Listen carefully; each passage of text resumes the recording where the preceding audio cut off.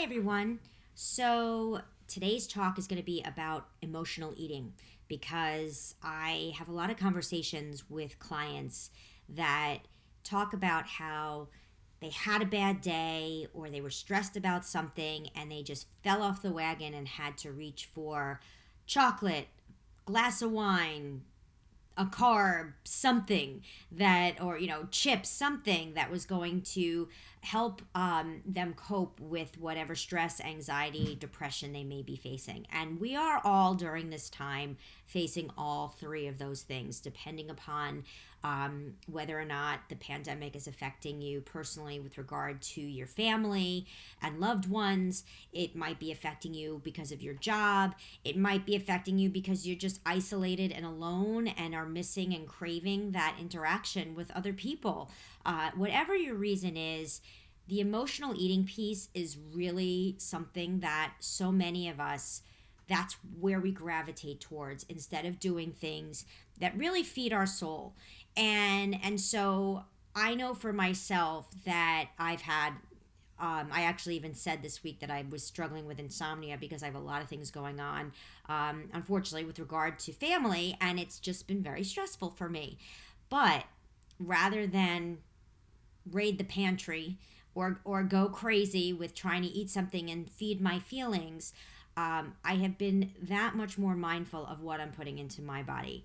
And I know that when I need a release or when I need to de-stress, like the other night when I was having insomnia, I went ahead and I watched one of my favorite movies. I watched Sleepless in Seattle from 1:30 in the morning until 3:30 in the morning, and then the next day, because I was feeling so out of it, I went ahead and watched 13 going on 30. So if you know so obviously I wasn't watching like the Shawshank Redemption, but I am an entertainment aholic.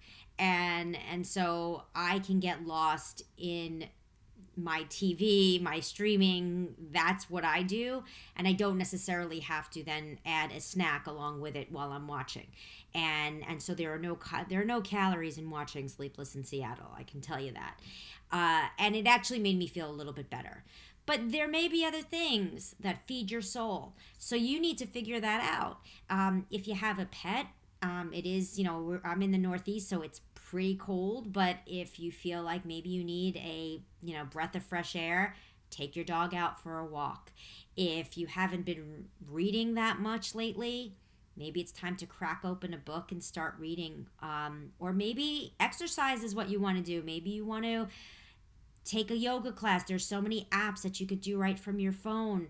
You could do even dance, all kinds of things that make you happy, that are 0 calories. Another thing is, using your hands, knitting, learning how to crochet, make a scarf. It's so cold, start making scarves and hats. It's thinking about the things that you enjoy, or maybe something you want to learn that can help you really redirect those emotions that you're struggling with right now, and just know that you're not alone in that. And what is really gratifying is that when you make it through that day or that hour or that minute where you didn't succumb to the I'm just going to have a glass of wine, or I'm just going to grab something that is not on my health program just because I deserve it. No, what you deserve is to treat yourself right. And what your body deserves is to get fed foods that make you feel good and make you feel healthy.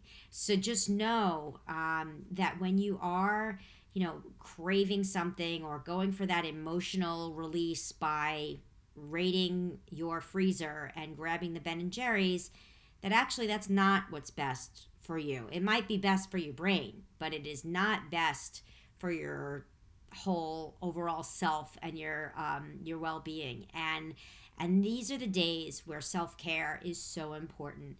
And so if you can start thinking about, if you start going down that road, write down the list of the things that you love to do.